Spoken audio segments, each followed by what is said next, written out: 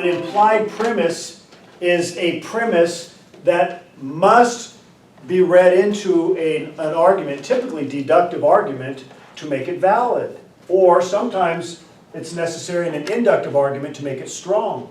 An implied premise, number one, is one that's needed to make an argument valid or strong, but it's also one that we hear and read into it automatically.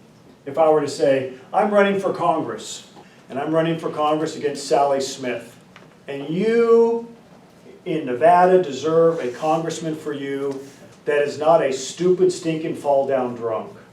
So vote for me. Didn't you hear Sally's a stupid, stinking, fall-down drunk?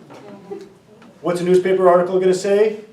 Dale Clevin calls Sally Smith a stupid, stinking, fall-down drunk. I'll say, I never said that. I never said that. What are you talking about? And by the way, Mr. Reporter, I've never heard anything that would indicate that you're a child molester. So I don't know. All I'm saying is I can't verify anything about that because I've never heard any evidence that you're a child molester. What did you hear? Then it's likely that son of a bitch is a child molester, right? Didn't you hear that? Did I ever say it? In fact, I said just the opposite, didn't I? But why would I bring that up?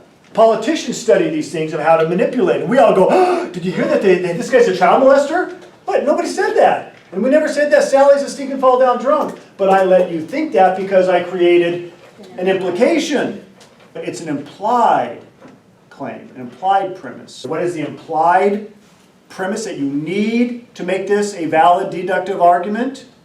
We all read into it that California is part of the United States. You have to read that into it, right?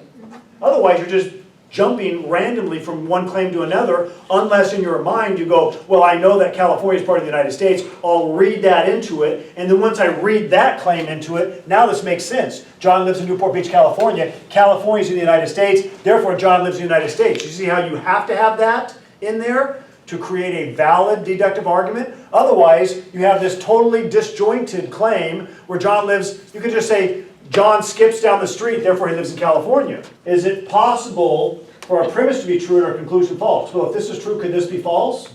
No, it has to be true if this is true. Why? Because of this implied premise that we read into it. A deductive valid argument.